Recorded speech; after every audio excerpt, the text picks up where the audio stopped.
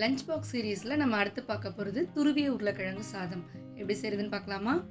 ஒரு பேனில் 3 table spoon எண்ணெய் ஊற்றி 1/2 டீஸ்பூன் கடுகு, 1 டீஸ்பூன் கடலைப்பருப்பு, கொஞ்சமாக கருவேப்பிலை போட்டு தாளிச்சிக்கலாம். ஒரு மீடியம் சைஸ் வெங்காயத்தை நல்லா பொடியாக கட் பண்ணி சேர்த்துக்கலாம். ஒரு பச்சை மிளகாய் ஆட் பண்ணிக்கலாம். வெங்காயம் நல்லா கண்ணாடி பதம் வந்ததும் 2 மீடியம் சைஸ் தக்காளியை கட் பண்ணி சேர்த்துக்கலாம். இப்போ வெங்காயம் தக்காளி நல்லா வதங்கட்டும். வெங்காயம் தக்காளி நல்லா வதங்கினதும் ஒரு பெரிய சைஸ் உருளைக்கிழங்கை இந்த மாதிரி துருவியை ஆட் பண்ணிக்கலாம். இது கூட தேவையான மசாலா பொருட்கள்லாம் சேர்த்துக்கலாம். அளவெல்லாம் டிஸ்கிரிப்ஷனில் கொடுக்குறேன், செக் பண்ணி பாருங்கள்.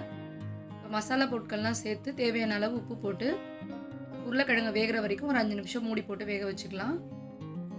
உருளைக்கிழங்கு நல்லா வெந்ததும் இது கூட வடித்து ஆற வச்ச சாதம், கொஞ்சமாக கொத்தமல்லி எல்லாத்தையும் சேர்த்து ஒரு 5 நிமிஷம் ஹை ஃப்ளேமில் வச்சு நல்லா கிளறி எடுத்தீங்கன்னா சூப்பர் அண்ட் டேஸ்டியான உருளைக்கிழங்கு சாதம் ரெடி.